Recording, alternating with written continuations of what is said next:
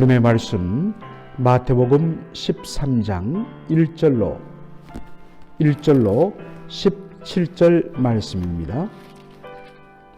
그날에 예수께서 집에서 나가사 바닷가에 앉으시매 큰 무리가 그에게로 모여들거늘 예수께서 배에 올라가 앉으시고 온 무리는 해변에 섰더니 예수께서 비유로 여러 가지를 저희에게 말씀하여 가라사대 씨를 뿌리는 자가 뿌리러 나가서 뿌리를 새 더러는 길가에 떨어지매 새들이 와서 먹어버렸고 더러는 흙이 얇은 돌밭에 떨어지매 흙이 깊지 아니하므로 곧 싹이 나오나 해가 돋는 후에 타서 뿌리가 없으므로 말랐고 더러는 가시떨기 위에 떨어지매 가시가 자라서 기운을 막았고 더러는 좋은 땅에 떨어지매 혹 100배, 혹 60배, 혹 30배의 결실을 하였느니라.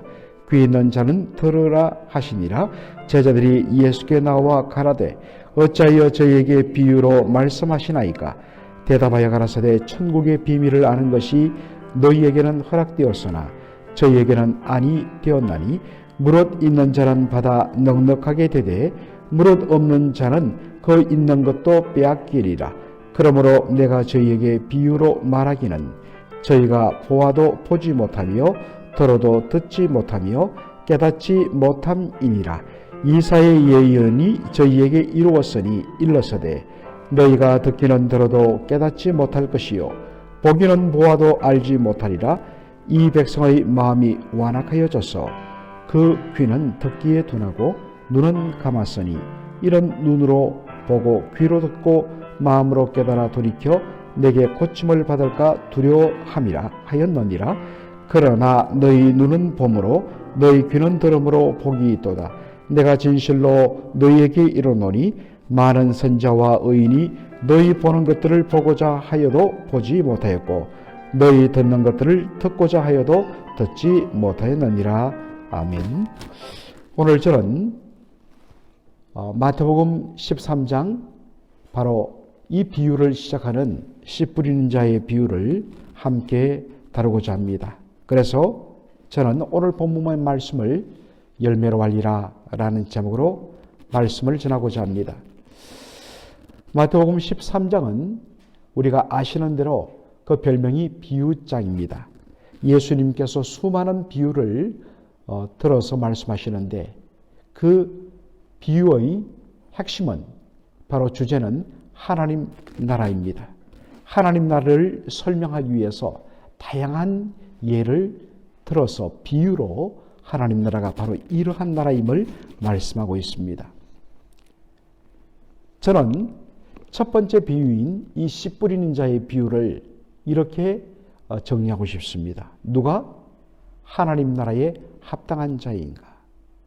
누가 하나님 나라에 합당한 자인가?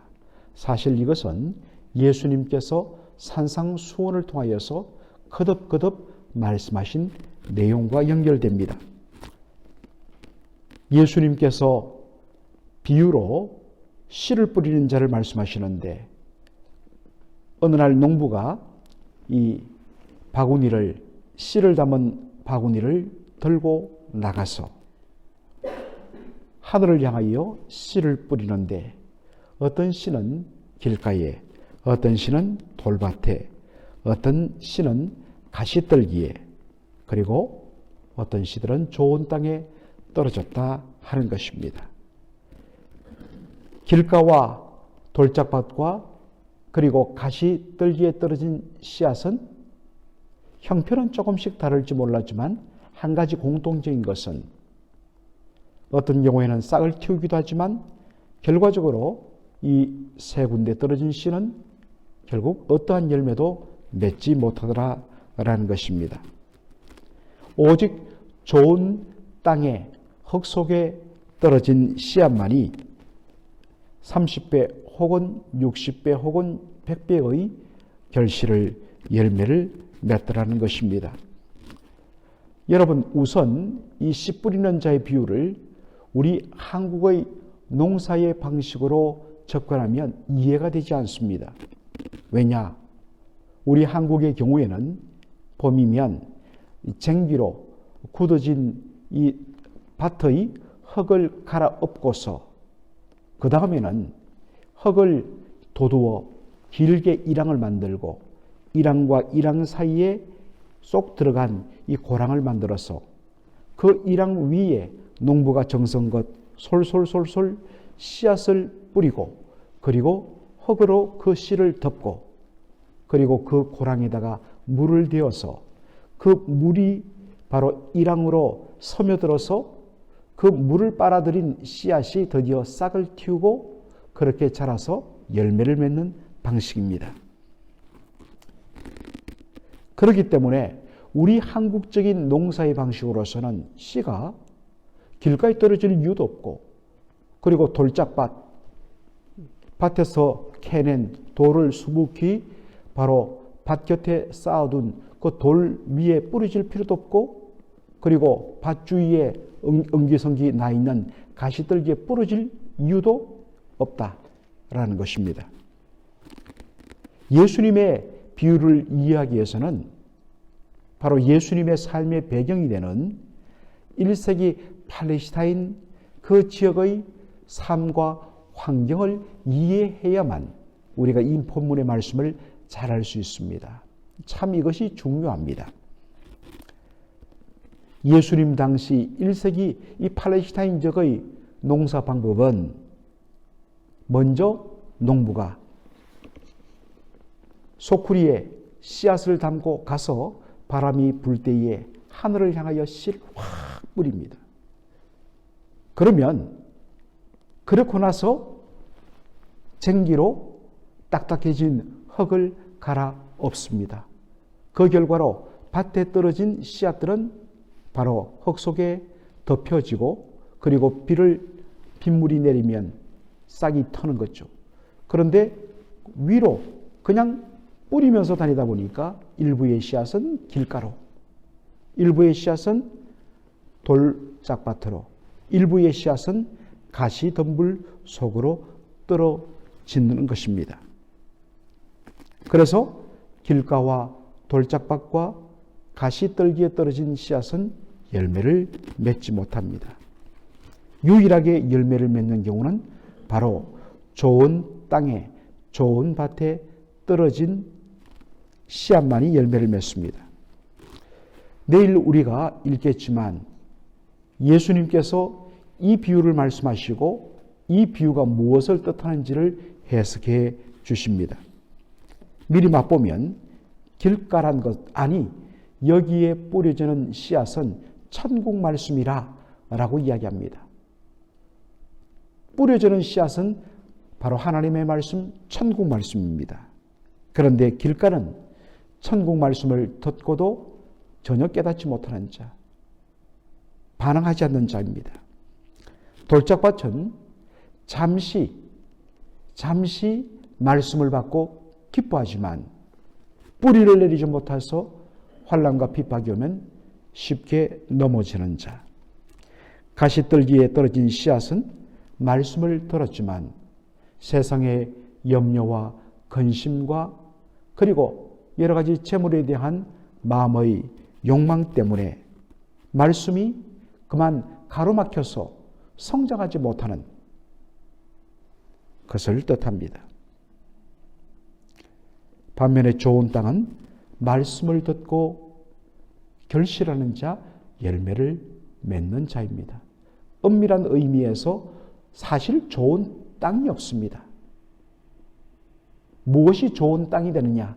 그것은 말씀을 받고 반응하고 순종함으로 열매를 맺는가 여부로 좋은 땅이 결정되는 것이, 그것으로 입증되는 것이, 여러분 결국에는 이것은 말씀에 대한 우리의 반응 여부에 따라서 결정되는 것입니다. 여러분 이 예수님의 비유, 씨 뿌리는 자 비유의 초점은 어디에 있습니까? 하나님의 말씀, 천국 말씀, 복음이 다 모두 결실로 이어지지는 않더라는 것입니다. 오히려 놀랍게도 그 말씀 중에 일부만이, 아니 뿌리진 말씀에 대하여 일부의 사람만이 반응하여 결실을 맺고 천국 백성이 되더라는 것입니다. 그리하여 이 말씀은 제가 시작 때에 말씀했듯이 누가 하나님 나라 백성에 합당한가라는 질문에 대한 답입니다. 누가 천국에 합당한 백성이 될까? 말씀을 듣고 순종하여 열매를 맺는 자입니다. 겉으로는 다양한 모습의 말씀에 대한 반응이 있습니다. 그러나 최종적으로 누가 하나님 나라에 합당한가? 그것은 그 말씀을 받아 그 말씀에 대하여 인내하고 그 말씀에 대하여 몸부림치고 그 말씀으로 말미암아 삶의 열매가 맺히는 자입니다. 이것은 예수님이 이미 산상수훈의 결론 부분에서 거듭거듭 말씀했던 내용과 그대로 연결됩니다. 누구든지 주여 주여 하는 자마다 다 천국에 들어갈 것이 아니요 오직 하늘에 계신 내 아버지의 뜻대로 행하는 자야 자가 되어야 하리라. 그리고 마지막 부분에 뭐라고 말씀합니까? 이 모든 말씀을 듣고 준행하는 자는 그 기초를 반석 위에 놓은 자라. 어떠한 홍수가 오고 바람이 불어도 무너지지 않고 흔들리지 않는다.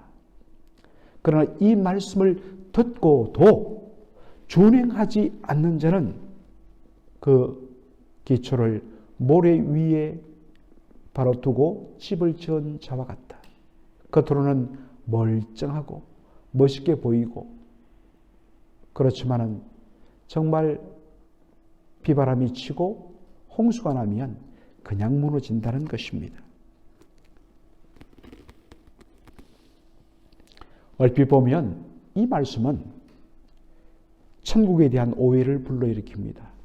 우리가 말씀을 듣고 우리가 열매를 맺는 것, 이것이 하나님 나라 백성이 되고 천국에 들어가는 자격 조건처럼 우리가 여길 수가 있기 때문입니다. 아닙니다. 우리가 천국 백성 되고 하나님 나라에 들어가는 것, 그것은 전적인 하나님의 은혜입니다. 흑암의 권세에서 하나님의 사랑의 아들로 옮겨주신 은혜로 말미암아 죄사함과 구속의 은혜로 말미암아 우리가 바로 천국 백성이 된 것입니다. 예수님의 강조점은 어디에 있습니까? 천국 백성이 되는 것은 전적인 하나님의 은혜로 되는 것인데 그렇다면 과연 우리가 천국 백성 된 그것은 어떻게 확인될 것인가? 라는 것입니다. 진정 천국 백성이라면 응당 하나님의 말씀에 반응해야 한다는 것입니다. 예수님은 천국 말씀을 듣고서 100% 순종하고 100%다 지켜야 천국 백성으로 확인된다? 아닙니다. 그렇게 말씀하신 것이 아닙니다. 여러분 마지막에 보면 좋은 땅에 떨어진 씨앗이 혹 30배, 혹 60배, 혹 100배의 결실을 맺느니라 말씀하셨습니다. 보통 목사님들이나 우리 성도들이 이 말씀을 그냥 30배, 60배, 100배의 결실을 맺게 하여 주옵소서. 이렇게 사이사이에 혹자 5월, 영어로 5월, 혹은이란 말을 바로 그냥 빼먹습니다. 이 혹은이란 단어가 굉장히 중요합니다. 모두가 다 100배의 결실 맺는 것 아닙니다.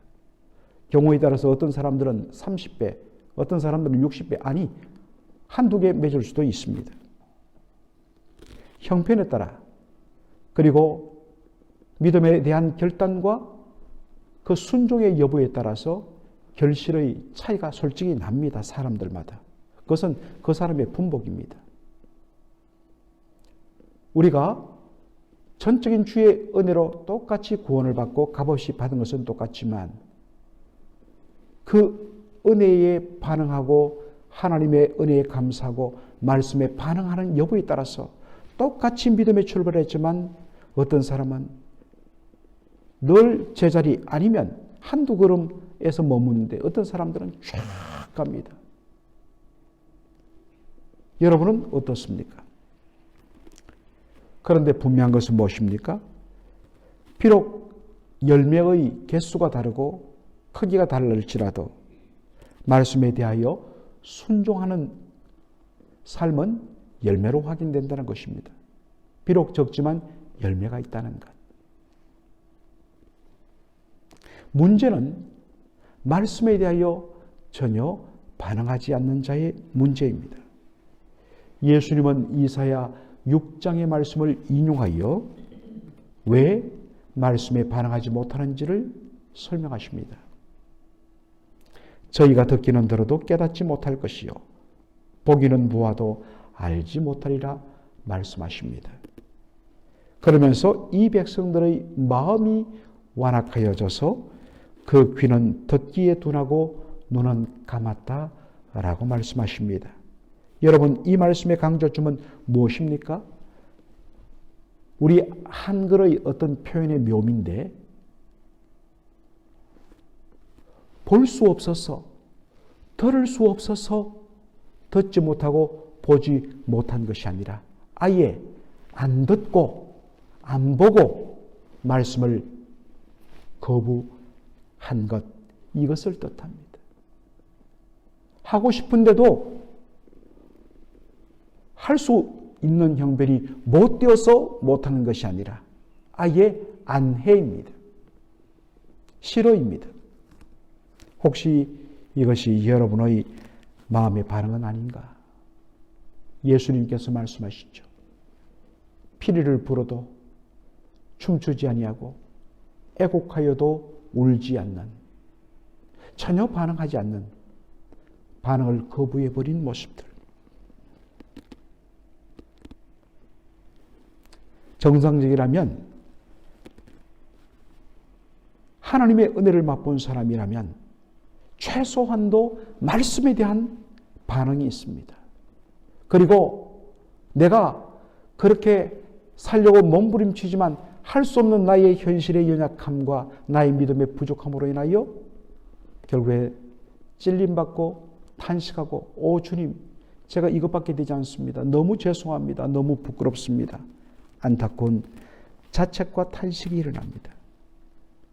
이것이 정상적이죠. 다 잘할 수 없어요. 다 순종할 수 없어요. 그러나 기본적으로 하나님의 백성은 말씀에 대하여 몸부림칩니다. 그리고 자신의 연약함과 부족함에 대하여 아파하고 탄식하고 다시 또 일었습니다.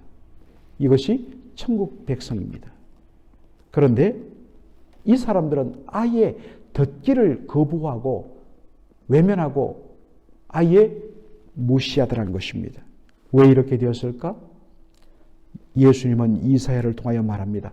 저희 백성의 마음이 완악하여졌습니다. 여러분, 여기에 완악하다는 말, 여러분 발에 굳은 살이 박히면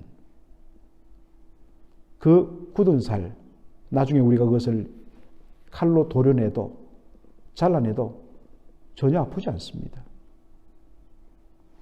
이미 딱딱해져서 거기에는 어떤 느낌도 없습니다.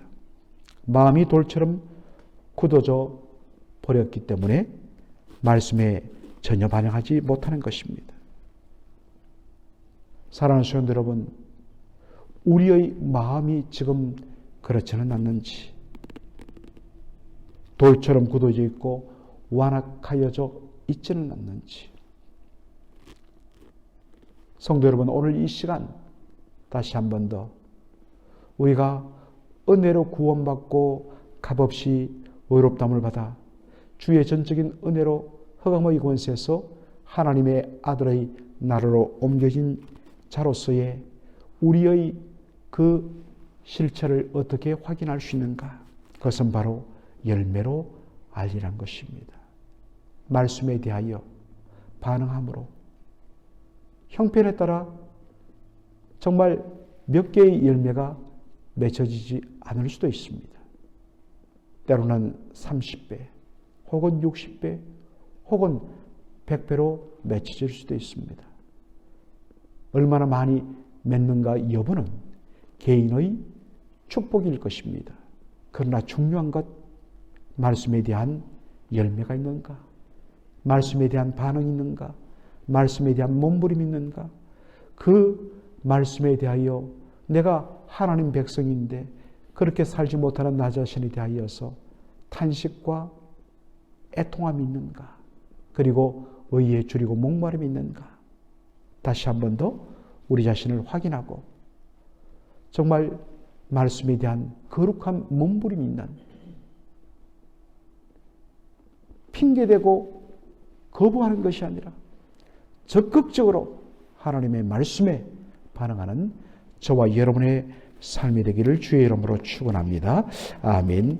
살아계신 우리 아버지 하나님, 오늘 예수님께서 하나님 나라는 어떤 나라인가를 설명하시기 위하여 비유로 말씀을 시리즈로 쭉 드시는 가운데 첫 번째 말씀, 씨 뿌리는 자의 비유를 저희들이 살폈습니다.